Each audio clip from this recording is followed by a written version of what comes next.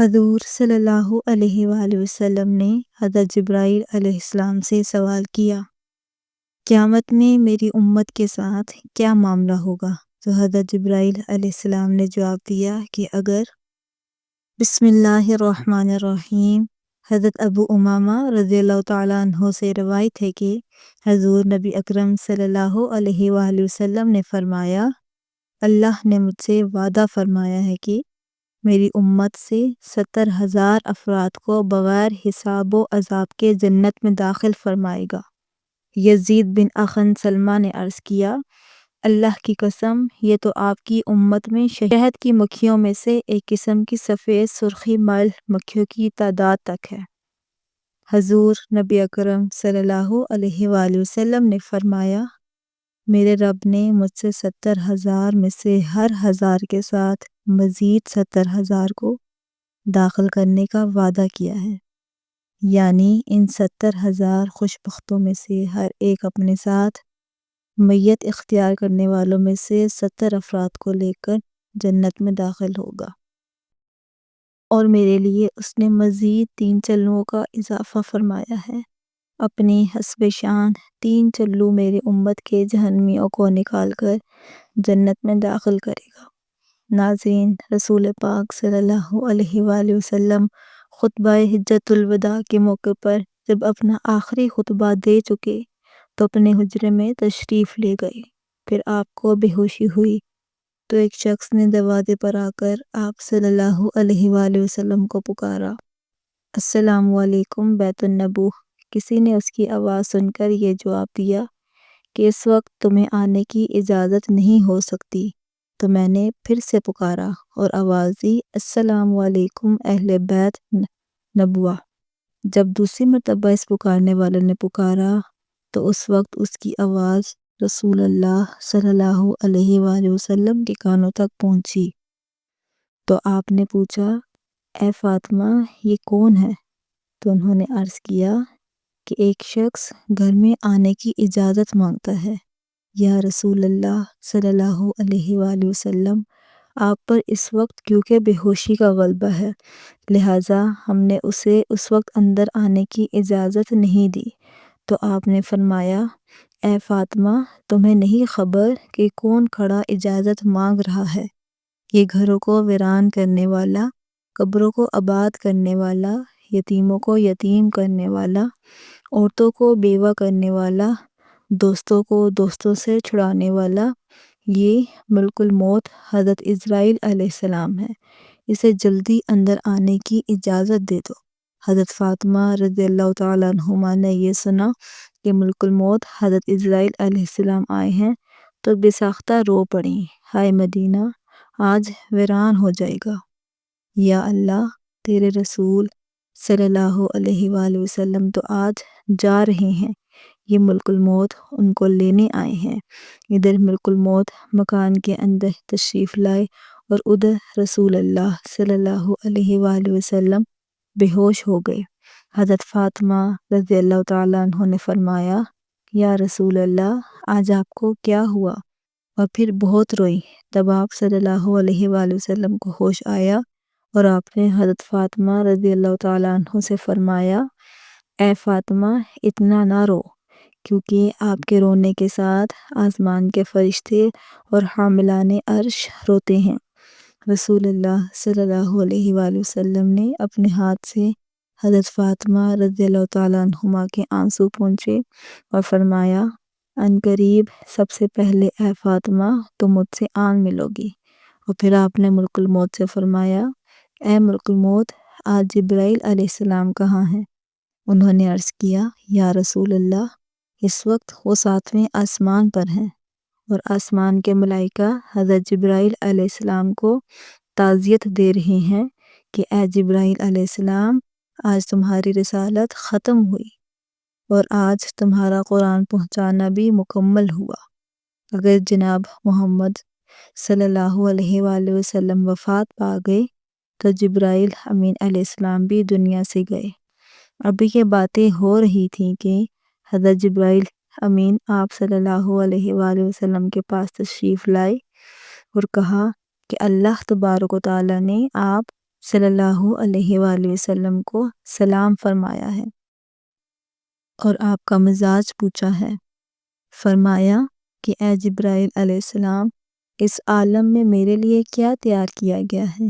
عرض کیا گیا، یا رسول اللہ، آپ کے آنے کی خوشی میں دوزخ کو ٹھنڈا کیا گیا ہے اور جنت کو آراستہ کیا گیا ہے۔ حور و ملائکہ آپ صلی اللہ علیہ وآلہ وسلم کے لیے آسمان پر منتظر ہیں۔ دربان جنت کا دروازہ کھولے آپ کا انتظار کرتا ہے۔ تو فرمایا، اے جبرائیل، بتاؤ میری امت کے لیے کیا حکم ہے؟ حضرت جبرائیل علیہ السلام نے فرمایا کہ جس کے ہونٹوں میں جان رہ جائے گی، وہ بھی اگر دل سے توبہ کرے یا توبہ کے لیے ہونٹ ہلائے تو بھی 1000 برس کے گناہ معاف ہو جائیں گے، اور جس نے توبہ کر لی آپ اس کو اپنی شفاعت سے بخشوائیں گے، اور آپ جس کی بھی شفاعت فرمائیں گے وہ بخشا جائے گا۔ آپ غم نہ کھائیں۔ اتنی دیر میں ایک دوسرے فرشتے نے حاضری کے لیے اجازت طلب کی کہ رسول کریم صلی اللہ علیہ وآلہ وسلم نے دریافت فرمایا کہ جبرائیل امین علیہ السلام یہ کون ہے؟ عرض کیا گیا، یہ حضرت اسماعیل علیہ السلام فرشتہ ہے، آسمانی دنیا کا داروغہ ہے۔ جس دن سے اس نے آپ کو معراج کے شب میں دیکھا ہے، آپ کے جمال کا عاشق ہوا ہے۔ آج اسے معلوم ہوا کہ رسول خدا وفات پائیں گے۔ اس نے جناب کی اقدس میں عرض کیا، میں نے رب کریم سے عاجزانہ دعا کی تھی کہ مجھے ایک مرتبہ نبی کریم صلی اللہ علیہ وآلہ وسلم کی زیارت ان کی زندگی میں کرنے کا موقع عنایت فرمائے۔ لہٰذا یہ فرشتہ رب کریم سے اجازت لے کر حضور صلی اللہ علیہ وآلہ وسلم کی زیارت کرنے کے لیے حاضر ہوا ہے۔ پھر جبرائیل امین نے عرض کیا، یا رسول اللہ، ملک الموت حاضر ہے۔ تو رسول اللہ نے دریافت فرمایا، اے ملک الموت، تم میری زیارت کرنے آئے ہو یا میری روح قبض کرنے کے لیے؟ اس پر ملک الموت نے عرض کیا، مجھے میرے پاک پروردگار نے حکم دیا ہے کہ جو کچھ مرضی میرے رسول پاک صلی اللہ علیہ وآلہ وسلم کی ویسا ہی کرنا۔ اگر جناب کی مرضی پاؤ تو روح قبض کر لو، ورنہ یوں ہی زیارت کر کے واپس چلا جاؤں گا۔ اس وقت جناب رسول اللہ صلی اللہ علیہ وآلہ وسلم نے حضرت جبرائیل علیہ السلام کی طرف دیکھا۔ حضرت جبرائیل علیہ السلام نے عرض کی، یا رسول اللہ، میرے اور آپ کے پاک پروردگار نے آپ کو بلایا ہے اور اب آپ کا اس دنیا میں رہنا پسند نہیں کرتے۔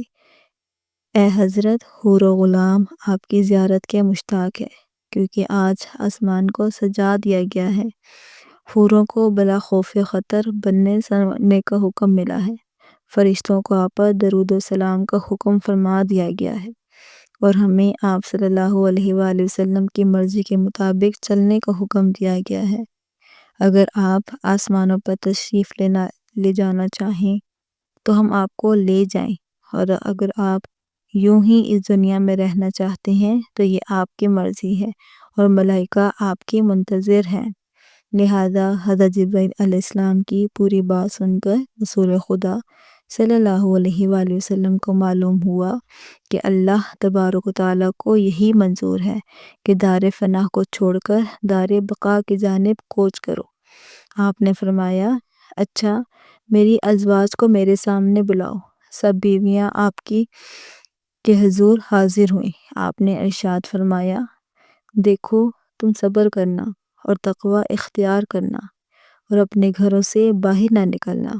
حضرت ام سلمہ رضی اللہ تعالیٰ عنہ نے عرض کیا، یا رسول اللہ، آپ کا کیا حال ہے؟ آپ نے فرمایا، اب وہ وقت قریب آ گیا ہے کہ آج کے بعد تم میری آواز نہ سنو گی اور نہ ہی مجھ کو دیکھو گی۔ اور پھر فرمایا، اے فاطمہ، میری بیٹی حسن اور حسین کو بلانے کے لیے کسی کو بھیجو۔ حضرت فاطمہ رضی اللہ تعالیٰ عنہ نے کسی آدمی کو بھیجا اور فرمایا، بہت جلد حسن اور حسین کو بلا لو، کیونکہ رسالت مآب سید المرسلین کی وفات کا وقت بہت قریب ہے۔ ناظرین، حضرت امام حسن اور حسین رضی اللہ تعالیٰ عنہ اس وقت بھی ابھی بچے تھے، اور اپنے گھر کی جانب سفر پر گامزن تھے۔ قاصد نے پیغام دیا کہ جلدی چلو، تمہیں رسول اللہ نے بلایا ہے۔ حضرت حسن کی جانب حضرت امام حسین رضی اللہ تعالیٰ عنہما نے دیکھتے ہوئے فرمایا، میں نے کہا تھا کہ میرا دل آج افسردہ ہے، آج میں نانا جان کی خدمت اقدس میں رہوں۔ میرا دل مانتا تھا کہ آج کچھ ہونے والا ہے، اس لیے ہم پہلے سے ہی گھر کی جانب چل نکلے تھے۔ لہذا حضرت حسن اور حسین نے قاصد سے دریافت فرمایا کہ آخر اتنی جلدی کیوں ہے؟ کیا ہمارے نانا جان کا آخری وقت ہے؟